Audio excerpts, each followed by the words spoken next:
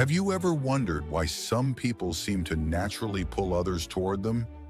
Without trying, without shouting, without even speaking much? Is it beauty? Is it charm? Or is it something deeper? Something burning quietly from within? What if true attractiveness had nothing to do with appearances at all, and everything to do with how you move through the world? Today, we're not talking about fleeting, superficial attractiveness, the kind that fades with time and circumstance. No, today we're diving into something much richer, the kind of magnetism that draws people to you without effort. It's not about what you wear, how tall you are, or how bright your smile might be. It's about the invisible energy that radiates from your soul, your character, and your choices. True attractiveness, the kind that endures, is forged, not gifted. It's shaped in the fires of discipline, resilience, and self-mastery. As Epictetus, the great Stoic philosopher, once said, "No man is free who is not master of himself." It is this kind of mastery, a harmony that starts deep inside, that spills out into the world and quietly compels others to draw near. So today I invite you on a journey, not just to look better, but to become magnetic in the most profound sense. We'll explore 7 habits rooted in the timeless wisdom of Stoicism that can not only make you more attractive, but can reshape the course of your life itself. 1. Cultivate self-control. Master the storm within. Imagine just for a moment a mighty river. When it breaks its banks, it becomes wild, destructive, sweeping away homes, drowning fields, eroding everything in its path. Now imagine that same river, carefully guided by strong, sturdy banks, its waters flowing smoothly, nourishing the land, bringing life wherever it goes. That's the difference between a person ruled by impulses and a person governed by self-control. Without mastery over your desires, you are like that wild, overflowing river, chaotic, dangerous even to yourself. But when you channel your emotions and urges through the banks of discipline, you transform your energy into something powerful, something creative, steady, and deeply magnetic. Marcus Aurelius, the philosopher king, captured it perfectly. You have power over your mind, not outside events. Realize this, and you will find strength. The journey toward true attractiveness begins here, at the gateway of self-mastery. It starts with an uncomfortable but necessary step, looking honestly at yourself. Where are your weaknesses? What situations make you lose control? What temptations lure you off the path you know you should walk? We all have them, hidden inside. The urges to lash out, to give in, to take the easy road instead of the right one. But the Stoic refuses to be a puppet of passing emotions. They become the steady hand that tames the wild horse within. Picture it. Every time you pause before speaking in anger, every time you say no when pleasure beckons but principle demands restraint, you are not just making a better choice. You are forging yourself into something stronger, something rarer. Self-control isn't a grand, heroic act done once. It's 1,000 tiny choices, 1,000 small victories, strung together day after day until your composure becomes your natural state. Until people around you can't help but feel it, that steady current running just beneath your skin, and they are drawn to it even if they don't fully understand why. Think about it. Who would you rather follow into a storm? The one who panics and lashes out? or the one who remains calm, measured, a steady beacon of reason? Self-mastery is not just a skill, it is a silent signal to the world. You can trust me. I know who I am. And that, more than any physical beauty, is profoundly attractive. 2. Embrace adversity. Grow stronger through the storm. Now think about the people you admire the most. Are they the ones who collapsed at the first sign of trouble? Or are they the ones who, even when storms raged and the earth seemed to shake beneath them, stood tall, maybe bending, but never breaking? The truth is simple and ancient. Adversity reveals the depth of your character. The Stoics knew this better than anyone. They believed that hardship wasn't a curse to flee from, but a teacher to embrace. Seneca, the great Roman Stoic, said it plainly: difficulties strengthen the mind as labor strengthens the body. When life throws you into the furnace, betrayal, failure, heartbreak, you have two choices. You can melt, or you can be forged into something stronger, sharper, and more beautiful than before. Picture yourself in those moments of hardship. You can imagine shrinking back, closing yourself off, nursing your wounds. Or you can imagine yourself doing something much rarer, leaning into the discomfort, facing it with open eyes and a steady heart. Because every insult you endure without losing your dignity, every setback you weather without abandoning your principles, layers you in steel. It's in these moments, not when everything is easy, that your true strength is born. And here's the secret: people are drawn to strength, not the loud, chest-pounding bravado that needs constant attention, but the quiet, unshakable confidence of someone who has stood in the fire and walked out stronger. Train yourself to love adversity. View every difficulty not as a punishment, but as an opportunity to prove to yourself just how deep your roots go. Because when you stop fearing the storm, when you realize that storms shape you, you become something rare, unbreakable, unstoppable, unforgettable. And nothing, absolutely nothing, is more magnetic than someone who carries a silent dignity of resilience in their bones. 3. Live with purpose. Become a lighthouse in the dark. There's a kind of man, a kind of woman who walks into a room and instantly you feel it.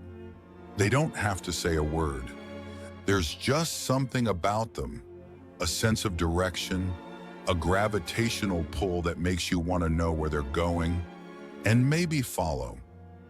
That's the power of living with purpose. Without a purpose, you're like a ship lost at sea, drifting aimlessly, blown wherever the winds of life take you. But with purpose, you become a lighthouse, fixed, steady, a guide not just for yourself, but for others too. The Stoics believed deeply in purpose. They taught that to live well was to live in accordance with nature and reason, striving for virtue above all else. Marcus Aurelius, the emperor who ruled the known world and yet kept his soul intact, said it best: waste no more time arguing about what a good man should be. Be one. Purpose isn't something handed to you. It's something you carve out through reflection, commitment, and courage. Living with purpose means asking hard questions. Why am I here? What is my highest calling? Am I living today in a way that honors my deepest values? It means making the tough choices, choosing meaning over momentary pleasure, choosing contribution over comfort, choosing the slow, often painful road of growth over the easy descent into mediocrity. When you live intentionally, your movements become sharp, focused, radiant. People can sense it. They are drawn to you because you are going somewhere. And deep down, they want to go somewhere too. But beware, living with purpose is not for the faint of heart. It demands daily courage. The courage to walk your path even when it's lonely, even when others laugh or doubt you.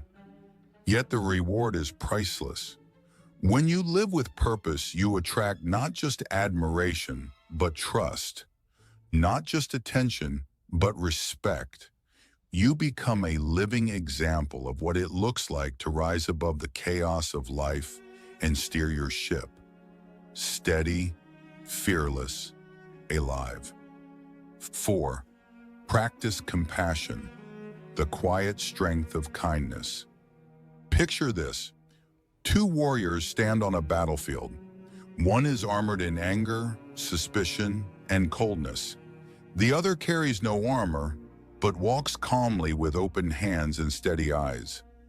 A quiet readiness to fight if needed, but also a profound willingness to understand. Which one feels more powerful? True strength is not cold or distant. True strength is warm, alive, and compassionate. There's a misconception in the modern world that kindness is weakness, that if you show mercy, empathy, or tenderness, you must somehow be fragile. The Stoics knew better. For them, compassion was not an optional extra. It was a core expression of wisdom. When Marcus Aurelius awoke each morning, he reminded himself, "When you rise in the morning, think of what a precious privilege it is to be alive, to breathe, to think, to enjoy, to love." Not romantic love, but love for mankind. A love that sees the shared humanity in every face, even the difficult ones. A love that forgives imperfections because it knows they live within ourselves too. Practicing compassion doesn't mean letting others walk over you. It doesn't mean becoming a doormat. It means seeing strength not as something to impose, but something to uplift.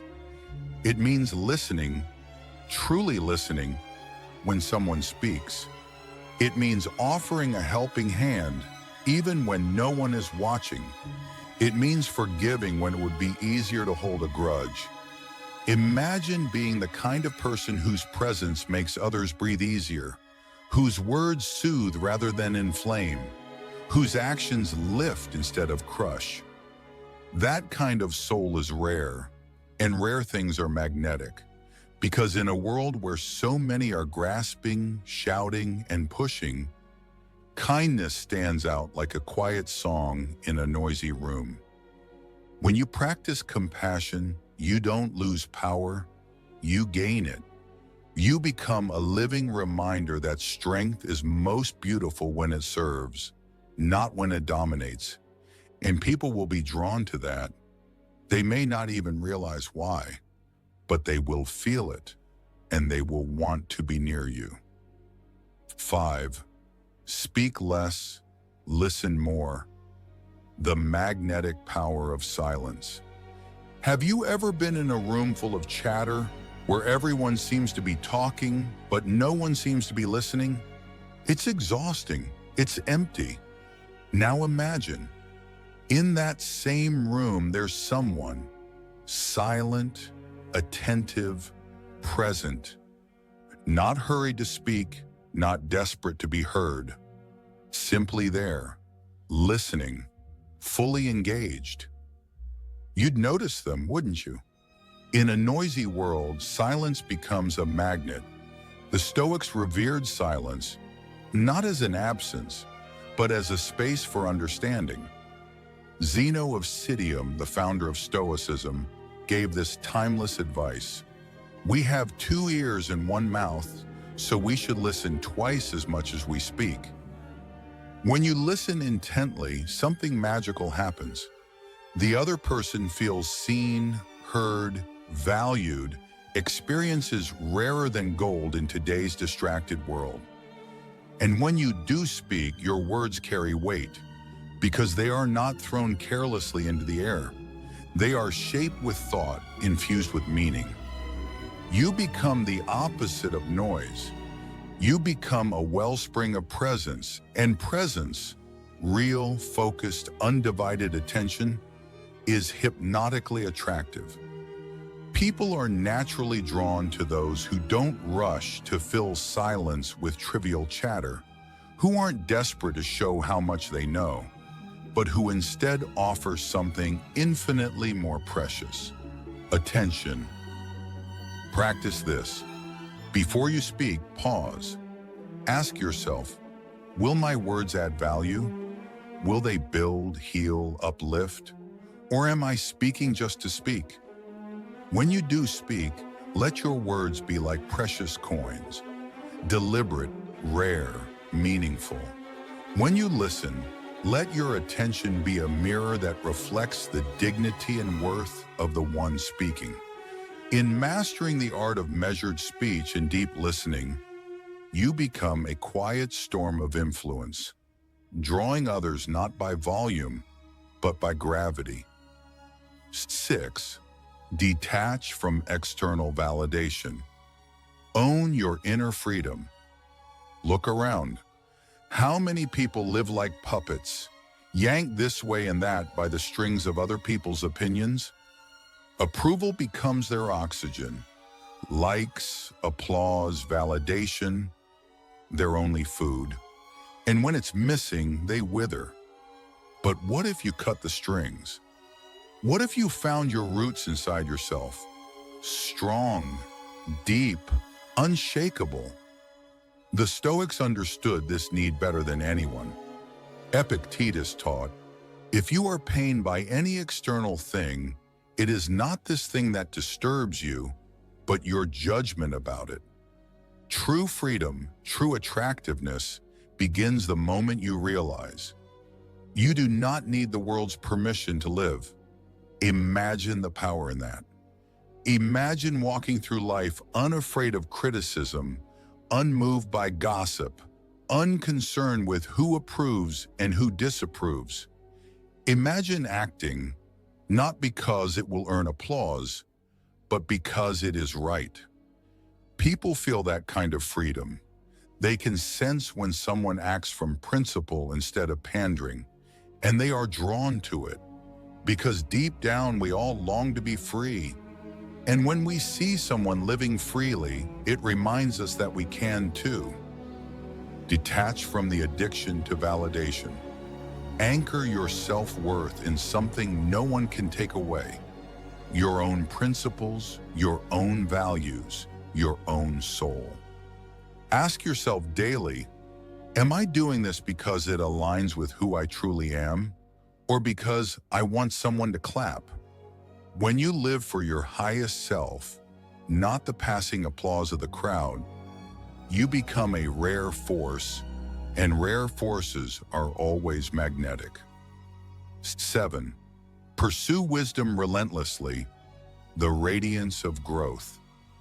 The final habit is the thread that ties all the others together, the relentless, humble, joyful pursuit of wisdom. Not because you want to be seen as smart, not because you want to win arguments, but because you recognize the most thrilling truth of all. You are never done growing.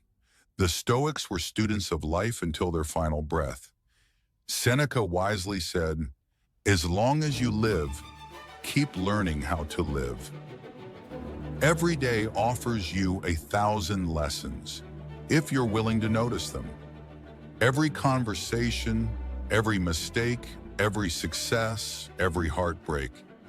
Pursuing wisdom means staying humble enough to admit how little you know, and hungry enough to never stop reaching higher. It means reading deeply, thinking deeply, feeling deeply. It means seeking not just knowledge for the mind, but wisdom for the heart and soul. It means surrounding yourself with people who challenge you, not just flatter you. It means falling in love with growth itself. Picture this, a person who is not stagnant, a person who is always stretching, always striving, always becoming, not in a frantic, anxious way, but with joy, wonder, and grace. That person shines. Their energy glows from within, and others drawn by that light naturally follow. Because in a world full of those who have settled, those who have given up, those who have become brittle and bitter, someone still learning, still growing, still hoping is a beacon. Be that beacon. Seek wisdom like a thirsty traveler seeks water, and your attractiveness will not just endure, it will expand, illuminating everyone blessed enough to walk near you. Conclusion: the inner light that can change everything. Attractiveness isn't about perfection. It's not about having flawless skin, the perfect smile, or an endless reservoir of witty jokes. It's about something far deeper. It's about becoming the best version of yourself. Someone strong, resilient, purposeful, compassionate, attentive, independent, and wise. When you live these 7 habits, you won't just draw others toward you. You will build a life that is breathtaking in its depth, its beauty, and its impact. True attractiveness is not a mask you wear. It's a light you ignite from within. And as Epictetus reminds us, first say to yourself what you would be, and then do what you have to do. The real question is not whether you can develop these habits. You can. The question is, will you? Will you embrace the discipline, the trials, and the purpose that make life not just bearable, but worth living? Or will you stay chained to the whims of the moment, missing out on the extraordinary life waiting for you? The choice is yours, and within that choice lies your power. Remember, your transformation does not begin tomorrow, not someday. It begins right now. Are you ready to step into your true self and shine?